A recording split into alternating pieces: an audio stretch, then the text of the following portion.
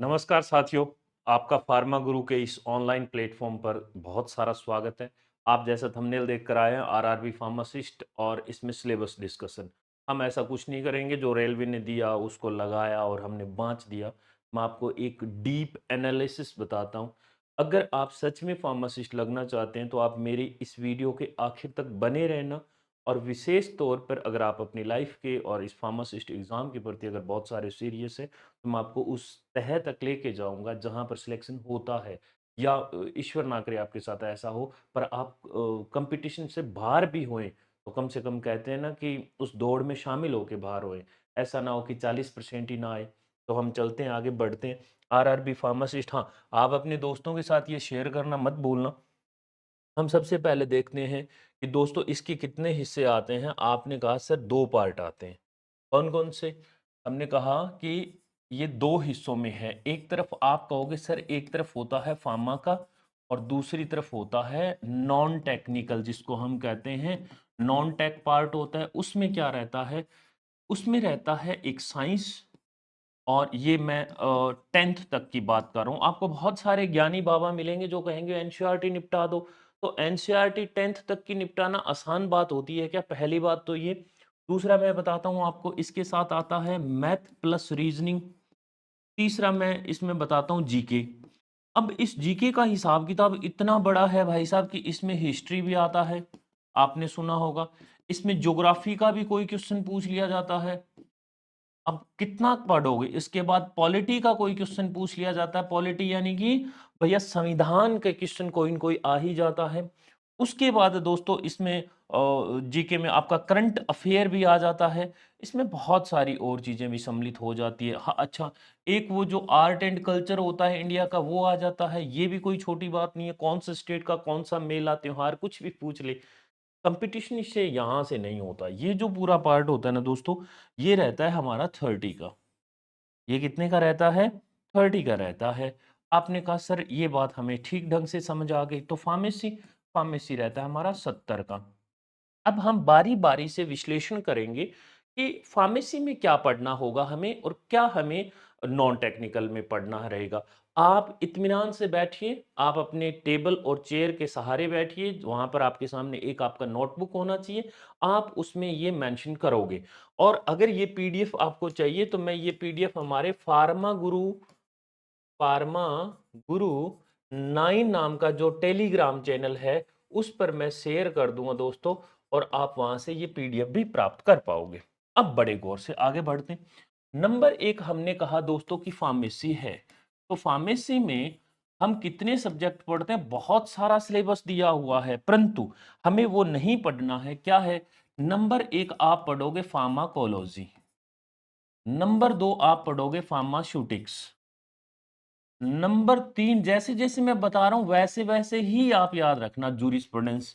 Number 4 आप पढ़ोगे pharmacognosy. Number 5 आप पढ़ोगे बायोकेमिस्ट्री, बायोकेम शॉर्ट में कह देते हैं।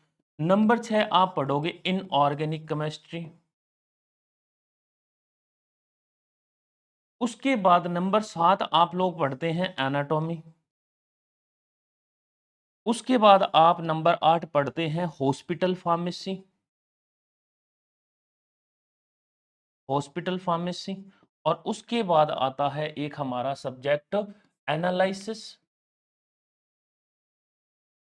ठीक है? और उसके बाद जो हमारा है वो आता है हॉस्पिटल एंड वो जो होता है ना hospital and communication pharmacy HCP बोलते हैं इसको कम्युनिकेशन फार्मेसी, ठीक है सर। और एक आता है business management, hospital and business management. अब दोस्तों ये इतने सारे सब्जेक्ट हैं, हमें क्या पढ़ना है इसमें हम डीप एनालिसिस करते हैं और हम थोड़ा सा आगे बढ़ते हैं। इसमें हम क्या करते हैं फार्माकोलॉजी। अब ये आपने कहा सर इसमें देखो फार्माकोलॉजी में आपको जनरल फार्माकोलॉजी बहुत अच्छे से पढ़ना है प्लस आपको क्या करना है इसके साथ आपको सारे क्लासिफिकेशन पढ़ देने हैं। आप मेरे साथ वीडियो में बने रहे ना, मैं आपको नॉन टेक्निकल का भी इतना ही डीप एनालिसिस बताऊँगा और आपको उतना ही पढ़ना है, उससे ज़्यादा बाहर नहीं जाना है। क्लासिफिकेशन आपको सब पता होने चाहिए और इन सब का कैसे पता चलेगा, आपके पास पीवाईक्यू होने चाहिए। सेम बात अगर मैं कहूँ हम शूटिक्स की करें तो फार्मास्यूटिक्स में दोस्तों बहुत ज़्यादा कुछ है नहीं। आप इंजीनियरिंग का जो पार्ट है ना, उसकी जितनी भी हमारी मशीनें होती हैं, जैसे टैबलेट मशीन होती है, कैप्सूल पंचिंग मशीन होती है, कैप्सूल बनाने की मशीनें होती है, आपके पास इवेपोरेटर होता है, डिस्टिलेशन मेथड होता है, इनके मैकेनिज्म पर आएगा ही आएगा क्वेश्चन। क्रिटिक्स को आपको तसल्ली से पढ़ देना होगा। आजकल रेलवे ने क्या कर रखा है कि बहुत अजीब से प्रश्न देता है ये, और ये अजीब से कैसे होते हैं, आपको उठा के किसी अमेरिकन गाइडलाइन से उठाकर, कोई पिछले दिनों अमेरिका की कोई गाइडलाइन है, वहाँ से उठा के आपके सामने कोई ला के रख दिया जाता है, या फिर क्लिनिकल ट्रायल्स के अंदर बहुत ज़्यादा घुस जाता है, या फिर वो क्या करता है, जो हम जर्नल्स पढ़ते हैं, जर्नल्स कौन से, बिज़नेस मैनेजमेंट में जो लेज़र बुक होती है, उसी का हिस्सा होता है जर्नल, और वो जनरल के अंदर भी बहुत ज़्यादा डेप्थ में घुस जाता है, तो रेलवे का बड़ा अजीब-सा हिसाब-किताब सा है। तो आप लोग इंजीनियरिंग को निपटाओ और साथ में जितनी डोजेज़ फॉर्म है, आप डोजेज़ फॉर्म को तसल्ली से पढ़ो। हम शूटिक्स पे खूब सारी चर्चा करेंगे, कोलोजी पे हमने एक 27 मिनट का वीडियो बनाया हुआ, आप देख सकते हैं। उसके बाद दोस्तों हमारा आता है कौन-सा सब्जेक्ट, हमने कहा साहब जूरिस। जूरिस में सारे के सारे जितने शेड्यूल है सब याद करोगे। शेड्यूल सारे याद करने हैं आपको। उसके बाद जितने भी हमारे एक्ट हैं, इन एक्ट के दोस्तों होते हैं चैप्टर। बहुत गौर से सुनना मेरी बात। और इन चैप्टर में ऐसे रहता है फर्स्ट, सेकंड, थर्ड, इस तरह से। इस कौन से चैप्टर में क्या चीज़ आती है, बस उसका हेडिंग लिखना है आपको। जैसे इसमें इंट्रोडक्शन आ गया, किसी में पीसीआई आता है, किसी में एसपीसी आता है, किसी में फार्मासिस्ट का रजिस्ट्रेशन होता है। हर एक एक्ट का अपना-अपना चैप्टर्स होते हैं। तो आप उन चैप्टर्स को एक बार जरा देख लेना। बाकी इसमें क्या रहता है, बहुत कुछ है नहीं। जूरिस्प्रूडेंस में तो एक बहुत लिमिटेड सा है, और मैं कोशिश करूंगा कि 4, 5, 6 क्लास में इसको निपटा भी देंगे हम यूट्यूब पे। बशर्ते आपको बस मेरा हौसला बढ़ाना पड़ेगा। अब सुनो गौर से, मैं नेक्स्ट पे आता हूँ। नेक्स्ट पे क्या है दोस्तों, हमारा जो है सब्जेक्ट हमने कौन-सा लिखा, जुरिस के बाद लिखा दोस्तों हमने फार्माकोग्नोसी। कोग्नोसी में मैंने पहले भी कहा था कि फार्माकोग्नोसी में बहुत कुछ पढ़ने की आवश्यकता है नहीं। आप लोग तो एक तो देखो बेसिक ऑफ फार्मेसी, तो ये फार्माकोग्नोसी तो ज़रूर पढ़ोगे। परंतु इसके साथ-साथ आप क्या पढ़ोगे, एक तो एल्केलॉइड पढ़ोगे, ग्लाइकोसाइड पढ़ोगे, और इसमें बहुत लिमिटेड पढ़ना है, ये बहुत बड़ा है ग्लाइकोसाइड, ये एल्केलॉइड बहुत पढ़ना है। इसका सबसे बड़ा फायदा आपको रहेगा पीवाईक्यू, और पीवाईक्यू आप ऑथेंटिक जगह से चूज करना। उसके बाद आप एक वोलेटाइल सब्सटेंस जो होते हैं, वोलेटाइल जो ऑयल्स होते हैं, उनकी बात है। आप टर्पेनोइड्स भी पढ़ते हैं, इस तरह से आप जाओगे आगे। और फिर लास्ट में क्या है कि आयुर्वेदा का कुछ हिस्सा आता है, जिसमें जैसे सिद्धा, यूनानी, इस तरह के जो शब्द होते हैं, है ना, काढ़ा किसको कहते हैं, जैसे आप हर्ड भर्ड आंवला पढ़ते हो, इन तीनों का मिश्रित चूर्ण जो होता है, उसके बारे में थोड़ा-सा, ये सब हमारी नेचुरल ड्रग्स में आ जाती है। फिर उसके बाद आता है हमारा बायोकेम। अब देखो बायोकेमिस्ट्री में क्या है ना कि आपको सबसे पहले तो कार्बोहाइड्रेट बहुत अच्छे से आना चाहिए, प्रोटीन आना चाहिए, और ये आना चाहिए आपके पास लिपिड। तो इस बायोकेमिस्ट्री में क्या है, कार्बोहाइड्रेट, लिपिड और प्रोटीन, इन तीनों का दोस्तों सीएलपी आप समझ जाओगे। अब देखो ये कौन-सा कितना एनर्जी देता है, किसमें कितना होता है, ये सब चीज़ें डेप्थ में जाएगी, परंतु इनके टेस्ट बहुत इंपॉर्टेंट होते हैं, और टेस्ट का एक अदर नेम और होता है। दूसरा नाम सबसे ज़्यादा आरआरबी यहीं से आपको फँसाएगा कि अच्छा ये टेस्ट है, तो इस टेस्ट का दूसरा नाम क्या रहेगा? तो आप उसमें फँस जाते हैं। उसके बाद आप इनके रिएजेंट देख सकते हैं। एक आप लोग पढ़ते हैं एंजाइम। एंजाइम नाम का और टॉपिक होता है, वो आप ज़रूर पढ़ना। और इस एंजाइम की रेट ऑफ रिएक्शन जो होती है, इस तरह का, है ना, आपसे पूछ लिया जाता है। एक आप शब्द पढ़ोगे, केएम वैल्यू क्या होती है, वी मैक्स क्या होता है ना? और इसमें भी आप ये एंजाइम में इनमें पढ़ोगे कि कॉम्पिटिटिव में क्या होता है, नॉन कॉम्पिटिटिव में क्या होता है, और अनकॉम्पिटिटिव में क्या होता है। इन तीनों में, इन तीनों की अलग-अलग वैल्यू होती है। इसकी एक टेबल है, या तो आप इसको समझ लो, और या फिर क्या करो, इसका रट्टा मार लो। और रट्टा कैसे मारना है, वो भी बहुत दिमाग से खेलना पड़ेगा। मैं इस पर कभी जब तक मेरे 1000 सब्सक्राइब नहीं होंगे, तब तक मैं थ्योरी की क्लास नहीं लेकर आऊँगा, ये मैंने पहले दिन ही कहा है। और फिर आपके लिए एक तोहफ़ा भी लेके आएँगे।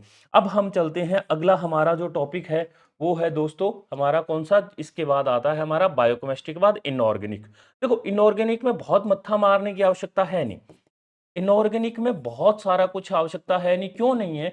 क्योंकि आप लोग तो इसको अगर इनऑर्गेनिक को पढ़ लोगे तो आप 10वीं की जो बेसिक साइंस होती है ना, केमिस्ट्री जो होती है, बस वही वाला है। जैसे एक सवाल आता है कि भाई सोडियम बाइकार्बोनेट होता है, इसको कौन-सा सोडा कहते हैं? इनऑर्गेनिक में हम सबसे ज़्यादा पढ़ते हैं पेस्ट का हो गया, पाउडर का, पाउडर के बारे में थोड़ा बहुत पढ़ लेते हैं ना, और कौन-सा पाउडर कौन से के काम आता है।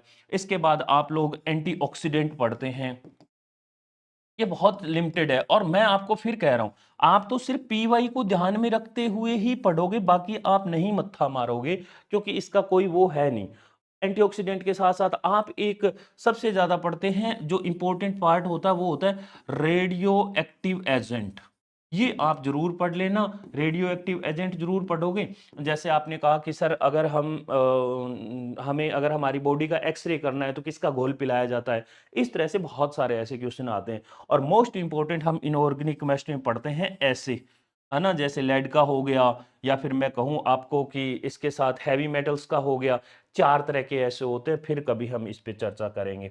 अब हम चलते हैं, हमारा नेक्स्ट जो है पड़ाव, वो आता है दोस्तों हमारा इस पे एनाटॉमी पे।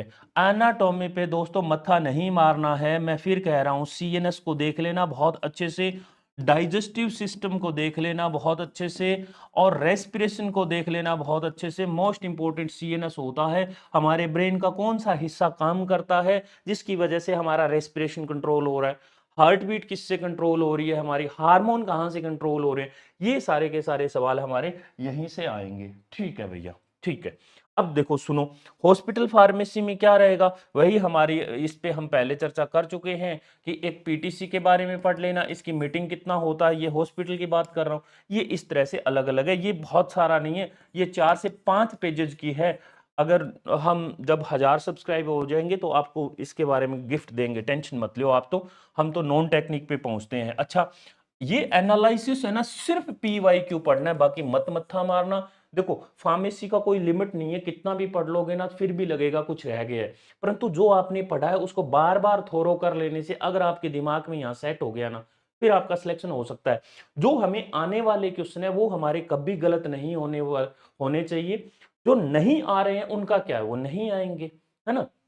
वो जॉन साहब की एक शायरी है ना, बोले कि साहब जो आने वाले हैं हमें तो उनसे है मतलब, जो आने वाले हैं हमें तो उनसे है मतलब, और जो नहीं आने वाले वो मत आए भले ही, इनसे हमें कोई ज़्यादा फ़र्क नहीं पड़ता। अच्छा ठीक है, hospital pharmacy and communication most important कर लेना इसको मेरी तरफ से। फार्माकोलॉजी के बराबर का सब्जेक्ट है, इसको लोग ऐसे ही हल्के में ले लेते हैं। क्यों ले लेते हैं भैया? इसमें हम लोग मोटा-माटी मैं आपको बता दूँ दोस्तों, थोड़ा-सा स्लाइड पे ही समझाता हूँ मैं आपको।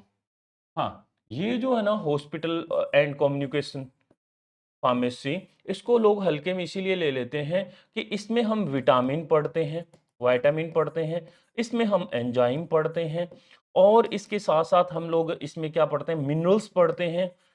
इसमें हम कार्बोहाइड्रेट भी पढ़ते हैं, लिपिड भी पढ़ते हैं, प्रोटीन भी पढ़ते हैं, देखो। और इसके साथ-साथ हम बैक्टीरिया पढ़ते हैं, और बैक्टीरिया के साथ-साथ हम और क्या पढ़ते हैं, इसमें हम फंजाई हो गया, फंजाई भी पढ़ते हैं इसमें।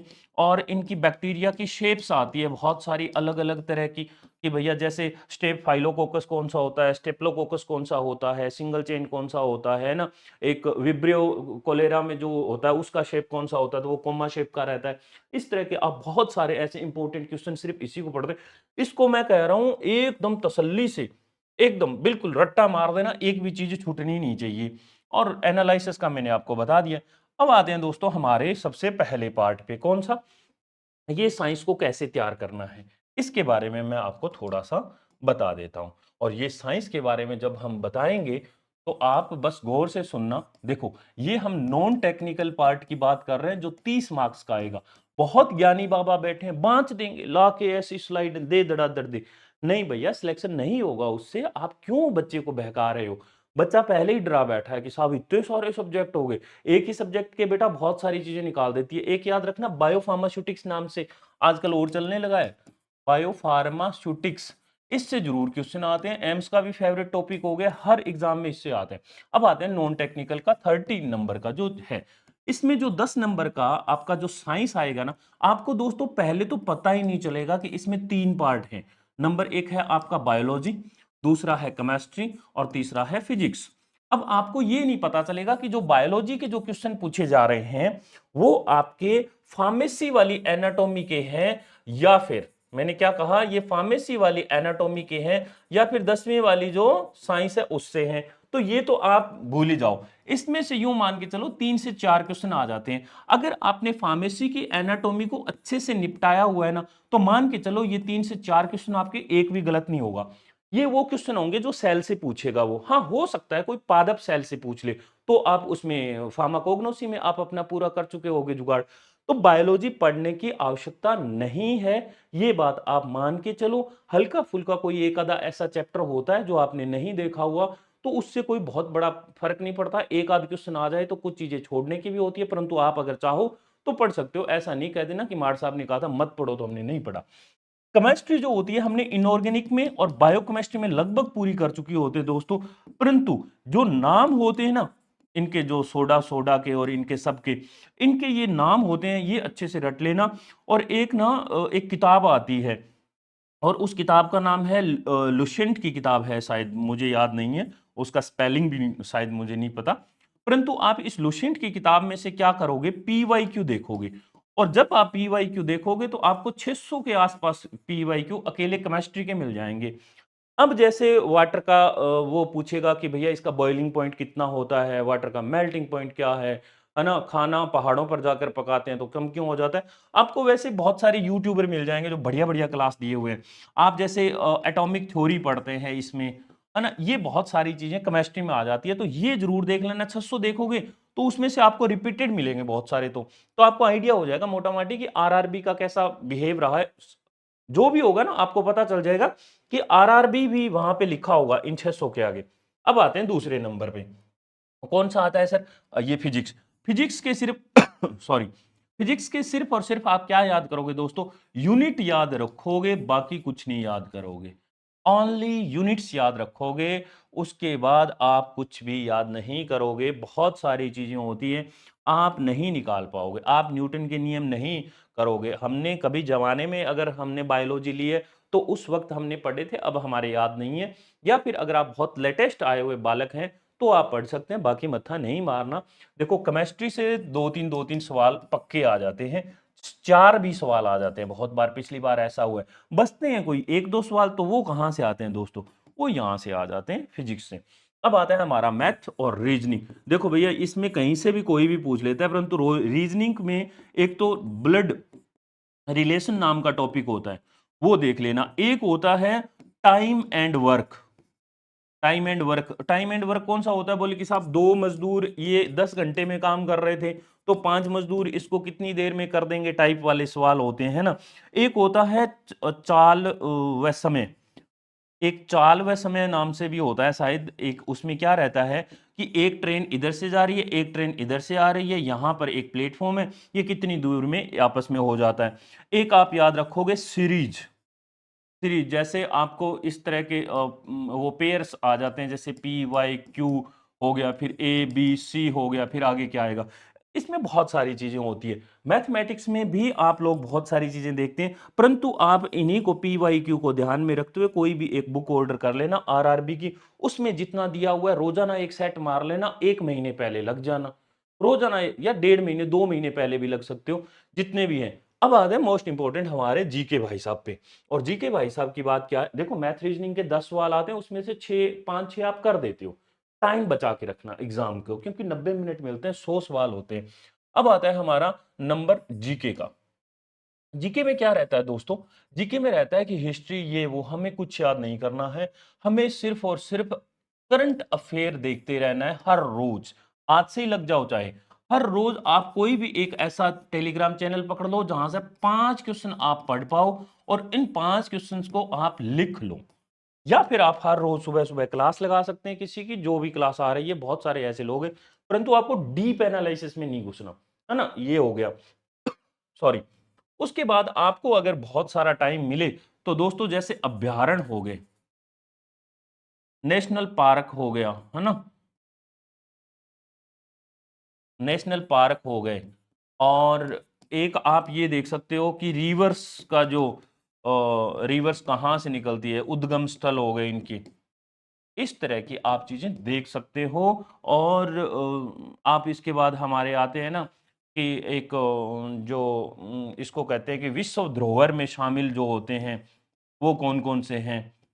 और उसके साथ-साथ आप थोड़ा-सा एक टॉपिक आता है कि ये जो शास्त्रीय नृत्य हो गए, कब किसको कौन-सा पुरस्कार मिला और इसके एक होते हैं कि उस्ताद कौन होते हैं, इस टाइप के क्वेश्चन होते हैं। अगर आपको वक़्त मिले तो देख सकते हो। मेन हमारा काम जो रहता है, वो रहता है हमारा फार्मेसी का, और फार्मेसी के अंदर आप ये ज़रूर देखोगे। तो दोस्तों सॉरी, सबसे पहले हमें फार्माकोलॉजी, उसके बाद हमारा शूटिक्स, ज्यूरिस, कोग्नोसी, ये सब पढ़ेंगे। और इसके साथ-साथ मोस्ट इम्पोर्टेंट हॉस्पिटल कम्युनिकेशन है। आप इसको डीप में पढ़ोगे, जितना हो सके उतना डीप में पढ़ोगे। मुझे उम्मीद है यह लेक्चर आपको बहुत पसंद आया होगा। चैनल को ऐसे ही आगे बढ़ाते रहिएगा। कंटेंट जो है वो 1000 सब्सक्राइबर के बाद आना शुरू होगा। बहुत-बहुत शुक्रिया, बहुत-बहुत धन्यवाद।